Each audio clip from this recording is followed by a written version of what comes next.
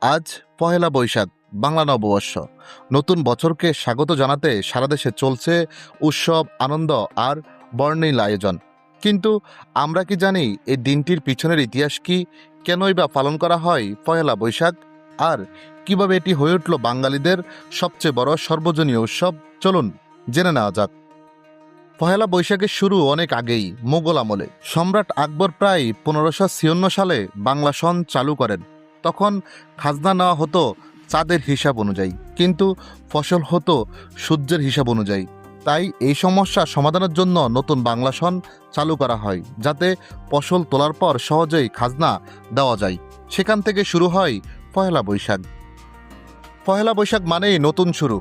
আগে ব্যবসায়ীরা এই দিনে হালখাতা খুলতেন, পুরনো হিসাব শেষ করে নতুন হিসাব শুরু করতেন। এখন এটি সবার উৎসব হয়ে গেছে।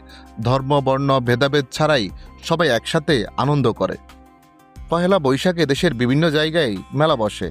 ঢাকায় ছায়ানট রমনার গান দিয়ে বর্ষবরণ করে, আর ঢাকা বিশ্ববিদ্যালয়ের চালুকরা থেকে শুরু হয় মঙ্গল শোভাযাত্রা। এদিন মানুষ লাল সাদা পোশাক পরে আর পান্তা ইলিশ খেয়ে দিনটি উদযাপন করে। শুধু বাংলাদেশেই নয়, ভারতের বিভিন্ন জায়গায়ও পয়লা বৈশাখ পালন করা হয়। এছাড়াও যুক্তরাষ্ট্র, যুক্তরাজ্য, কানাডা সহ বিশ্বের অনেক দেশে প্রবাসী বাঙালিরা এই দিনটি উদযাপন করেন। পয়লা বৈশাখ শুধু একটি দিন নয়, এটি আমাদের সংস্কৃতি, আমাদের পরিচয়। সবাইকে বাংলা নববর্ষের শুভেচ্ছা। আপনি পয়লা বৈশাখ কিভাবে উদযাপন করেন? আপনার প্রিয় বৈশাখের খাবার কোনটি? কমেন্টে জানাতে ভুলবেন না।